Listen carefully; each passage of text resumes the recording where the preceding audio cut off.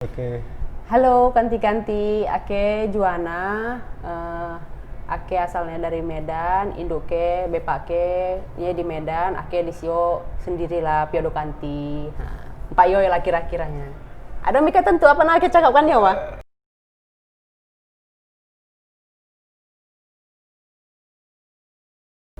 Jadi ini saya bersama dengan Yohana. Yohana. Yohana Marpaung, tapi kalau Yohana di Rimba jadi Juana. Juana.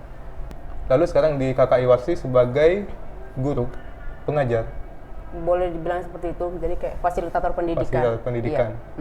Iya. Juana, kemudian kamu masuk ke Rimba, Ya. kamu gabung di Warsi, bekerja di sini, lalu kamu masuk ke Rimba tahun berapa sih? Akhir 2018. Akhir Bulan 2018. ini, bulan November. Berarti ini 2 tahun, Iya, 2 tahun Iya, ya? benar. Oke. Tanggal 6 apa tanggal 10 gitu deh kayaknya. Kalau tanggal 6 sih pas hari ini, pas kita tapping hari ini tanggal 6. Oh, mungkin. Oke. Nanti kayaknya kita akan ditraktir nih.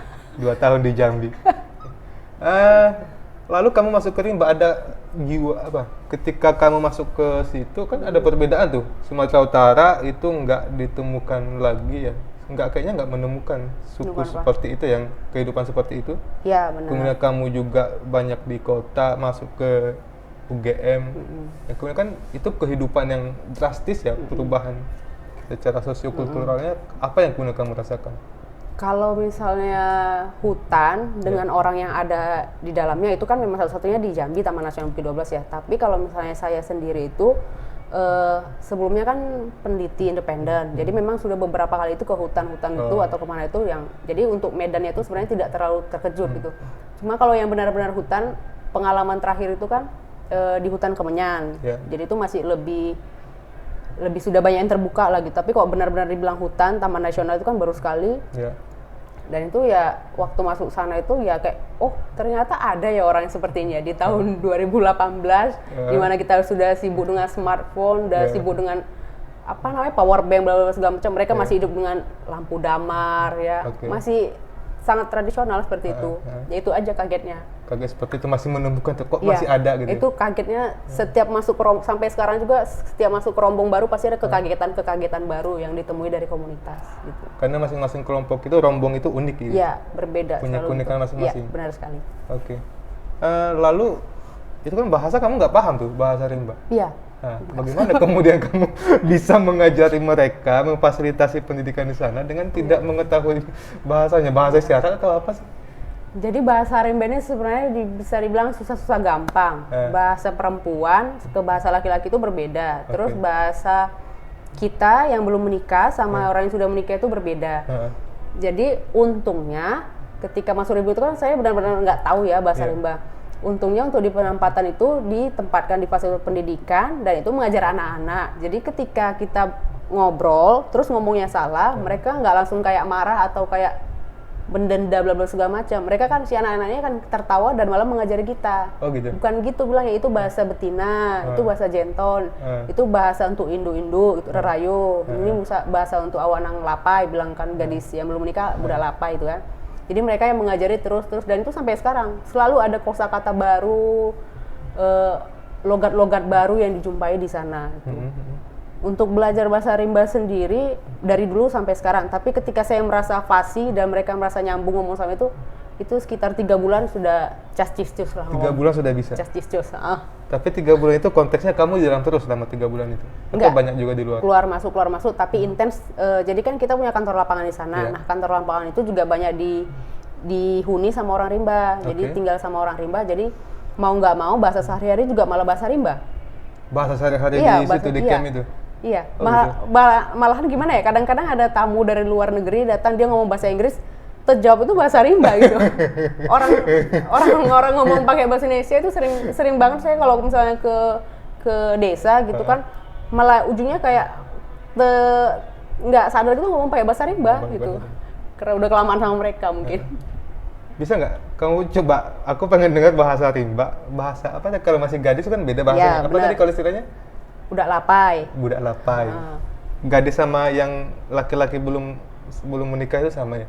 Budak lapai. Kalau yang itu sebutnya tuh Kok saya jadi lupa ya? 1, 2, 3, close. Apa ya? Kok jadi lupa? Tiba-tiba ngeblank. Budak bujang. Budak bujang. Kalau kita orang Batak nggak boleh ngomong nggak itu. boleh ngomong itu, nanti sensor plak. Coba perkenalkan dirimu menggunakan bahasa rimba yang sesuai dengan tarafmu sekarang. Oke. Halo kanti-kanti, ake Juana. Ake asalnya dari Medan, induke, bepake, nya di Medan, ake di Sio sendirilah piodo kanti. Pak Yo lah kira-kiranya. Ada mika tentu apa nak cakapkan ya wah?